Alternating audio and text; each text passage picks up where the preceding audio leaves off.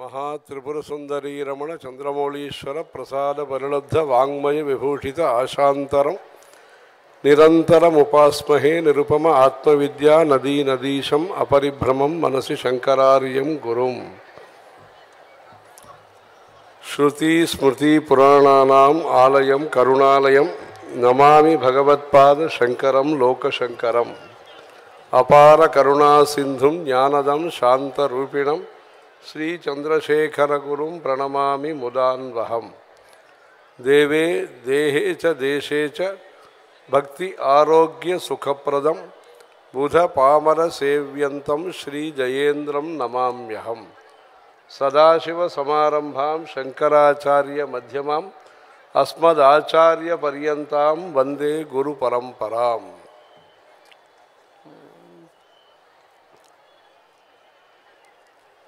ఈ రోజు మనం భాగ్యనగరంలో ఉన్నామా లేదు కంచిలో ఉన్నామా లేదు మధురై మీనాక్షి ఊర్లో మధురై పట్టణంలో ఉన్నామా అని అలాంటి భావనతో కంచిని ఇక్కడి దగ్గరికే భాగ్యనగరానికే తీసుకొచ్చారు. మధురై మీనాక్షి అమ్మవారిని దర్శనాన్ని కూడా ఇక్కడికే చేశారు. ఈ భక్తి టీవీ తరఫున మన నరేంద్ర చౌదరి గారు, రమాదేవి గారు, రచన, ఇంకా వీరి మిత్రులు అందరూ కూడా కలుసుకుని, కృష్ణారెడ్డి గారు అందరూ కలుసుకుని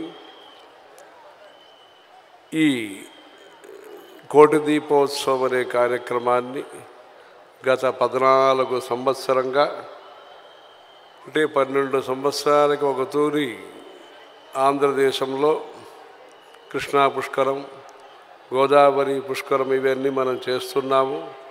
ఇక్కడ ప్రతి సంవత్సరం పుష్కరంలాగా భక్తి టీవీ తరఫున ఈ కోటి దీపోత్సవాన్ని కార్యక్రమాన్ని తెలంగాణ భాగ్యనగర భక్తులందరూ కూడా మీరు ఈ కార్యక్రమాన్ని చేసుకుంటున్నారు.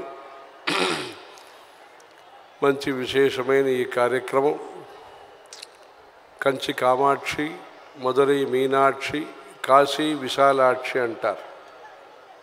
ఆది శంకరాచార్యులు మీనాక్షీం ప్రణతోస్మి సంతతమహం కారుణ్య వారాం నిధిం అని చెప్పారు. అలా మీనాక్షి పంచరత్నం అని ఒక స్తోత్రాన్ని ఆది శంకరాచార్యులు రాశారు.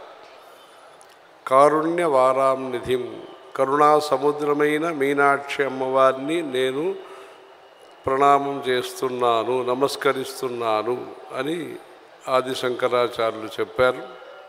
అలా మీనాక్షి సుందరేశ్వర స్వామి ఉత్సవం మధురైలో మంచిగా జరుగుతుంది. అక్కడ వైగై నది అని ఒక నది ఉంటుంది. ఆ నదిలో మహావిష్ణువు వస్తారు, ఉత్సవాలన్నీ జరుగుతాయి. అలా మధురై ఉత్సవంలాగా ఈరోజు ఇంత శోభతో మంచిగా చేశారు. కామాక్షి